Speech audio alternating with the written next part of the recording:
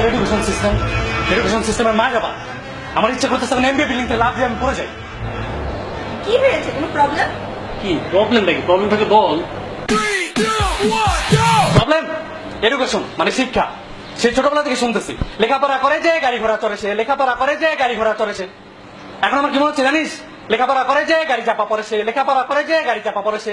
লেখাপড়া এই পর্যায়ে আমার মনে হচ্ছে গাড়ি ঘোড়ায় চলে আসছে আমার পাবনা মেন্টাল হসপিটাল যেতে হবে।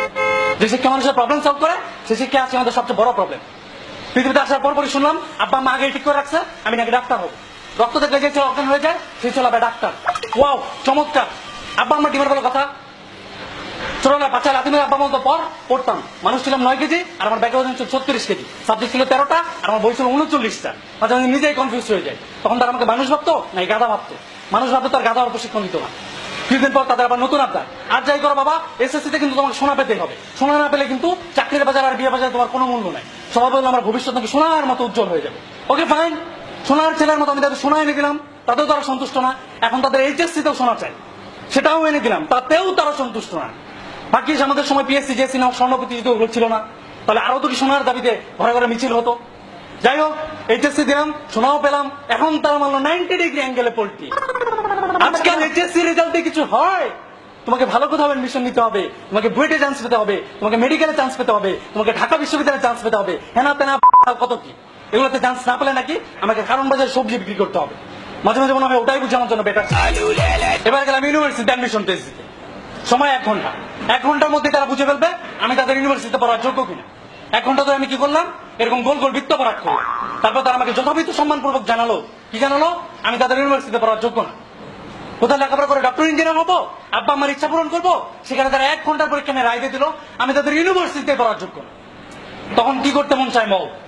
আরে ভাই 12 বছর ধরে পড়াশোনা করছি, অ্যাটলিস্ট 12 ঘন্টা তো পরীক্ষা নিতে পারতো। 1 ঘন্টায় কেন বুঝলো আমি যোগ্য না? আচ্ছা সব বাপ, ধর 1 ঘন্টার পরীক্ষা দিয়ে আমি চান্স পাইলাম, কি মনে হচ্ছে কাহিনী শেষ? কাহিনী এখনো শেষ হয় না মামা, এখান থেকে আমার নতুন এপিসোড শুরু। তখন আমার শ্রদ্ধেয় শিক্ষক মশাইরা আমার গলায় যে সাবজেক্ট ঝুলাই দিবে আমাকে সেটাই পড়তে হবে। আমি পড়তে চাই বাংলা, আমার গলায় ঝুলাই দিচ্ছে ফার্সি। ব্যাপারটা এমন যে তুই হানিমুন করতে চাস ইউনিভার্সিটিতে, কিন্তু তোকে জোর করে পাঠাই দিচ্ছে উগান্ডাতে। তখন কিচ্ছু করার নাই মামা, তখন তোমার বনের জঙ্গলে লতাপাতার সাথে হানিমুন করতে হবে। আরে ভাই আমার যেটা ভালো লাগে তুমি আমাকে সেটা করতে দাও, আমাকে আমার মতো শিখতে দাও, কেন ওই জবরদস্তি? একটা সুন্দর জাতির জন্য শিক্ষা দরকার, অবশ্যই দরকার, এই ব্যাপারে কোনো সন্দেহ নাই। কিন্তু সেই শিক্ষাটা যখন বোঝা হয়ে দাঁড়ায় তখন তো জাতীয় অকালে পটল তুলবেই।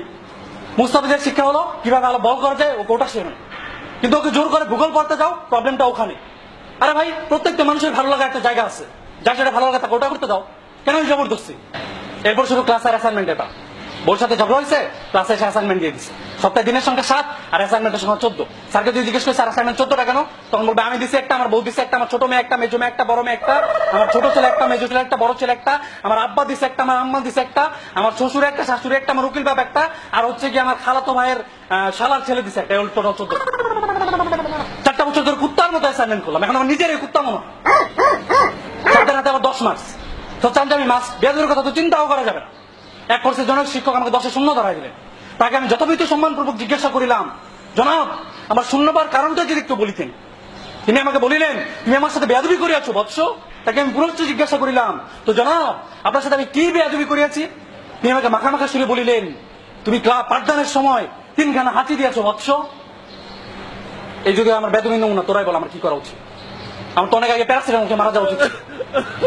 আল্লাহ 30টা দিন এক্সাম, আল্লাহ 30টা দিন এক্সাম, ক্লাসের চেয়ে একদম বেশি। Short term, mid term, long term, all term, কত যে টার্ম আছে তার কোনো হিসাব নেই। স্যাররা আমাদের সাথে কুতুকুতু খেলে, ক্লাসে পড়াবে একটা আর পরীক্ষা দিবে আরেকটা। ব্যাপারটা এমন যে ক্লাসে খাওয়াবে সাদা ভাত আর পরীক্ষা দিবে নান্নার বিরিয়ানি, তাতে তুই কাজ। মাঝে মাঝে মনে হয় এক্সাম যে আবিষ্কার করছে তারা যদি পাইতাম তাহলে আমি 3 ঘন্টা একটা এক্সাম দিতাম। 3 ঘন্টার এক্সামে কোশ্চেন থাকতো, 3 ঘন্টা থাপড়ায় তোর চেহারা আর কি অবস্থা হবে। সপ্তাহে 2-1 দিন ছুটি পাই, ভাবি আরাম করে একটু ঘুমাবো, কিন্তু ঘুম আর কপালে নাই। কারণ ওই যে স্যারটা বউকে নিয়ে হানিমুনে গেছে, ওটা মেকআপ ক্লাস ফ্রাইডেতে দিল, ঘুমের 12টা বাজে। লোকজন আমরা বলতো একবার ইউনিভার্সিটিতে ওঠো, তখন আর পড়াশোনা নিয়ে কোনো টেনশন করতে হবে না, তখন খালি আরাম আর আরাম, খুব আরাম। আমার খুব আরাম লাগতেছে। এই পাবলিক কলেজ যদি এখন পাইতাম তাহলে সকাল থেকে রুটিন করে থাপড়াইতাম। ল্যাব করো 14 ঘন্টা, ল্যাব রিপোর্ট তৈরি করো, ইন কোর্স এক্সাম দাও, ফাইনাল এক্সাম দাও, সিজিপিএ কম, রিটেক খাও, এগুলো কি লাইফ? বল এগুলো কি লাইফ? এগুলো আমার লাইফ। ভাবছিলাম ভার্সিটি লাইফে একটা প্রেম করবো, গার্লফ্রেন্ড কিনে ফুচকা খাবো, কিন্তু সেটা আর কপালে নাই। কারণ ওই যে ভার্সিটি উঠার পর থেকে ফুচকার প্লেটেও ল্যাব, অ্যাসাইনমেন্ট, সিজিপিএ এগুলো দেখি। আমার নিজের সিজিপিএর যে অবস্থা, ওদিন আমার ফুচকা বিক্রি শুরু করে দিতে হয়, তখন আর গার্লফ্রেন্ডকে ফুচকা খাওয়াতে পারবো না, তখন অন্যের গার্লফ্রেন্ডকে ফুচকা খাওয়াতে হবে, দুধের স্বাদ ঘুলে মেটানো আর কি। ছোটবেলায় স্বপ্ন দেখতাম জন আব্রাহাম হবে, কিন্তু হয়ে গেলাম হিরো হবে। কারণ ওই যে ছোটবেলায় আব্বা মা বস্তা বস্তা বই কাঁধে ঝুলাই দিছে, তাই আজকে আমার উচ্চতার শারীরিক গঠনের এই অবস্থা। মেয়েরা আমাকে বাটু বান্টি বলে ডাকে, আর সবাই বলে কানা আঙ্কেল, কারণ ওই যে পড়তে পড়তে চোখ দুটো তন্দ হয়ে গেছে, মাঝে মাঝে মনে হয় জীবনটা পুরো গুলিস্তানের লেগুনা হয়ে গেছে, যে যে দিকতে পারতেছে ঝুলতেছে। লেখাপড়া শেষ, এবার মাথায় নতুন ধান্দা, জব খোঁজো। এই সোনার হরিণ না পেলে সমাজে তোমার কোনো মূল্য নাই বাচ্চা, সবার কাছে তুমি আগাছা। মেয়ের বাবাকে পাঠানোর জন্য হলে তোমার অবশ্যই একটা গভর্নমেন্ট জব চাই, তখন ভুড়ি মোটা পাচা মোটা টাকলা কালাচানের মূল্য কোটি টাকা। এবার আসে আমাদের দেশে আজীব জব সেক্টরে, তুমি পড়তেছো কম্পিউটার সায়েন্সে, কিন্তু আমাকে জব করতে হবে ব্যাংকে, বিসিএস দিয়ে তুমি হয়ে যাবে এএসপি। তাহলে এতদিন কেন হার্ডওয়্যার সফটওয়্যার নিয়ে মাতামাতি করলা? আরে ভাই, তুমি যদি পুলিশে হবা তাহলে তো তোমার তো ক্রাইম ক্রিমিনাল এগুলো নিয়ে স্টাডি করার কথা ছিল। Education system